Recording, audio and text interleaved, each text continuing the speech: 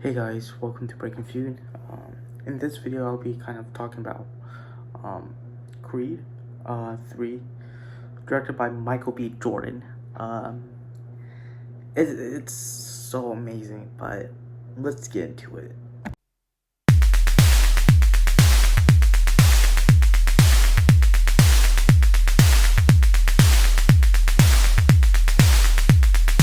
So I saw Creed 3 on the opening night of Scream, the new one. I don't know what number they're on, but I think they're on number 6.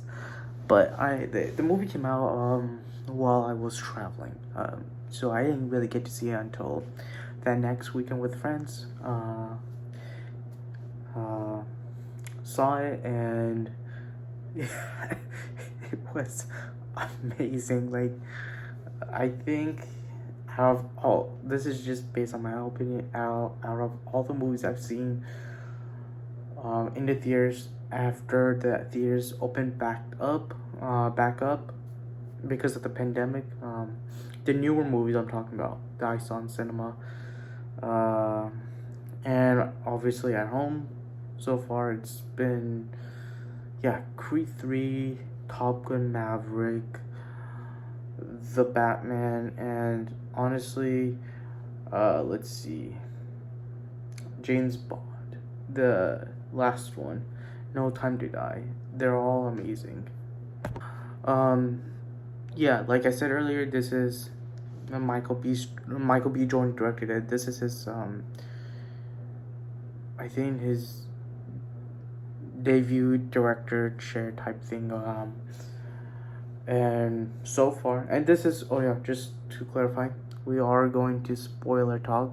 So yeah, I mean that movie has been out for a couple of weeks. So yeah, um, I haven't seen Creed 2, but watching Creed 1 and Creed 1 to Creed 3, I thought I was gonna be like, oh shoot, I'm not gonna, what's going on. I know that in Creed 2 there is Ivan Drago, that character from I think Rocky 4, I believe, comes back in the sequel in Creed 2. I That's all I know. Nothing more, I think, and that was also the last movie that Sylvester Stallone was in, as Rocky. That was the last movie we got to see Rocky in, because this movie has no Rocky. They don't even mention Rocky or callbacks or how they. It's a thing where apparently, like they don't. Okay, let me get to the story of the movie and why it feels weird that they don't mention Rocky. They don't. It could have been a thing where they looked at a picture or mentioned him, been like, he helped me out, and that was it. But no, they don't go that way. So let me explain. Well, let me talk about the story first. So the story starts out with Creed doing his last fight, and after that he wins, and then a couple months later or years or whatever, obviously he's with his daughter, playing and whatnot, raising the family in a really nice mansion, and he is running a boxing gym whatever, and trying to get a name out of someone, right? Trying to make this person into a boxer, kind of, in a sense, promoting him, helping him out, becoming a bigger person. And he then sees a friend of his, and that friend is played by Kang the Conqueror, which is amazing. So we now have in this universe a guy who's starting Guardians of the Galaxy. Let's see. We also have what's his name? Ivan Drago, the actor. He was in a Punisher movie. Obviously Michael B. Jordan, and both Black Panther and Wakanda Forever. Thompson was in Thor Ragnarok, Avengers Endgame, and Thor Love and Thunder, and obviously we got Kang the Conqueror himself.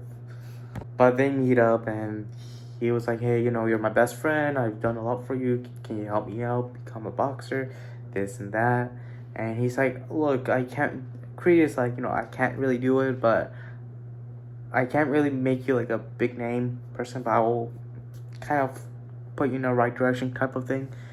Um, and Kang is like all like, "Yo, what I'm saying, like you had some help in the past. I mean, you're using your father's name to kind of be successful and have money. I'm over here, I'm on probation type thing.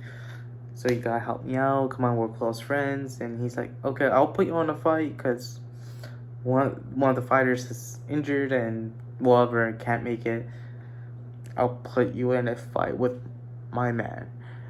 But Creed wanted his friend to kind of lose so that he can get his person, big and whatnot, and win the match. But essentially, his friend, he is, he's a brick. He will destroy it. He's a Terminator. He defeats this person.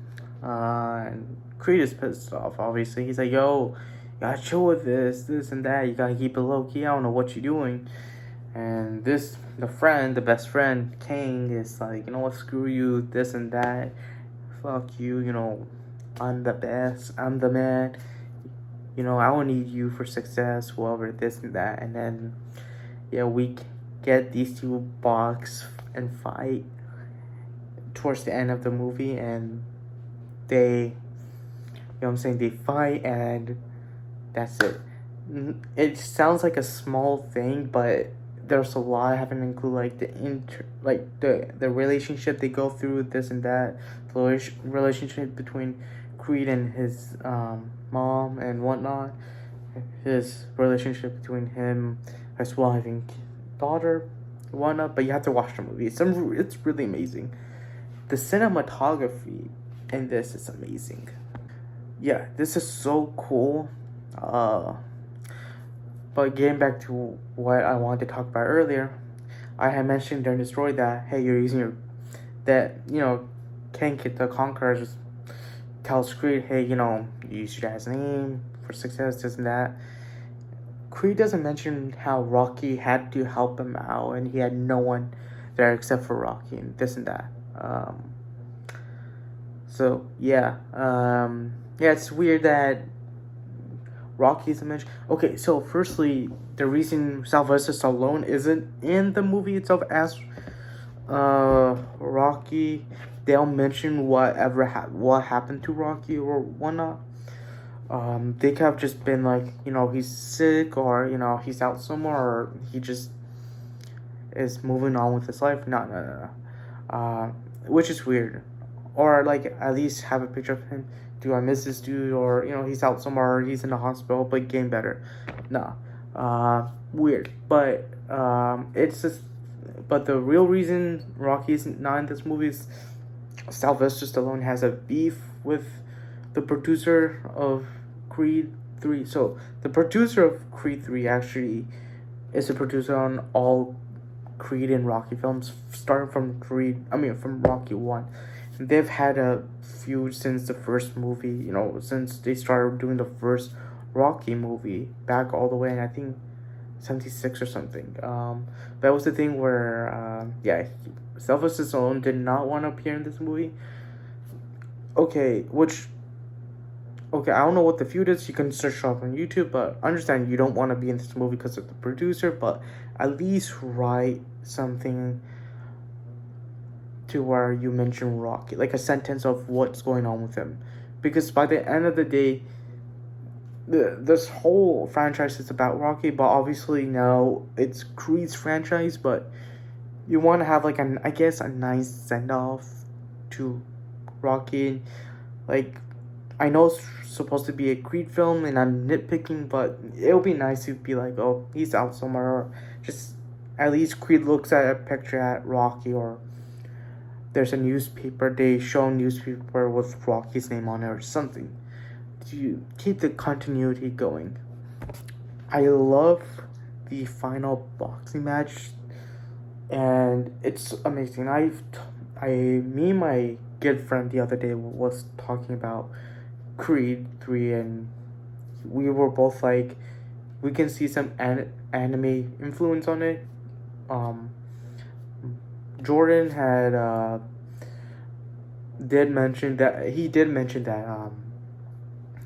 anime was kind of an influence on this movie, and you can see it throughout. And I love. So here's the thing. Normally movies like these, they tend to have okay cinematography, but this was on a next level. This, I would say, this is on par with like something from 1917, Blade Runner or something like that. And then the lighting of the cinematography plus the lighting, it's actually amazing. Like amazing. Um, and yeah, the final bat, the way it's shot, it's actually pretty interesting, pretty amazing. It's something you would have never seen before. I guess you would have seen that kind of stylistic fight in a sci-fi movie or a comic book movie, but not in a movie like this. And the way they implemented it into this movie, it's amazing. So yeah. So far, uh, at the moment of recording, I've watched Creed 3 and Shazam 2 this month in March. And so far, Creed 3 is an amazing film. I think one of the best films of 2023 so far, based on my viewing of all the movies I've seen that came out this year. And obviously it's March. It's the third month of the year, so there's more movies coming out this year. I know John Wick 4's coming out. I will do a review on that, but so far, based on my experience based on the views I've seen from the pandemic, from the time the movies opened up because of the pandemic till now, I think Creed 3 is one of my favorite movies that came out post-pandemic. So yeah. Okay. Thank you so much for watching this content. As always, please stay tuned for more. Give this a thumbs up, share this video with everyone else, and have a nice day.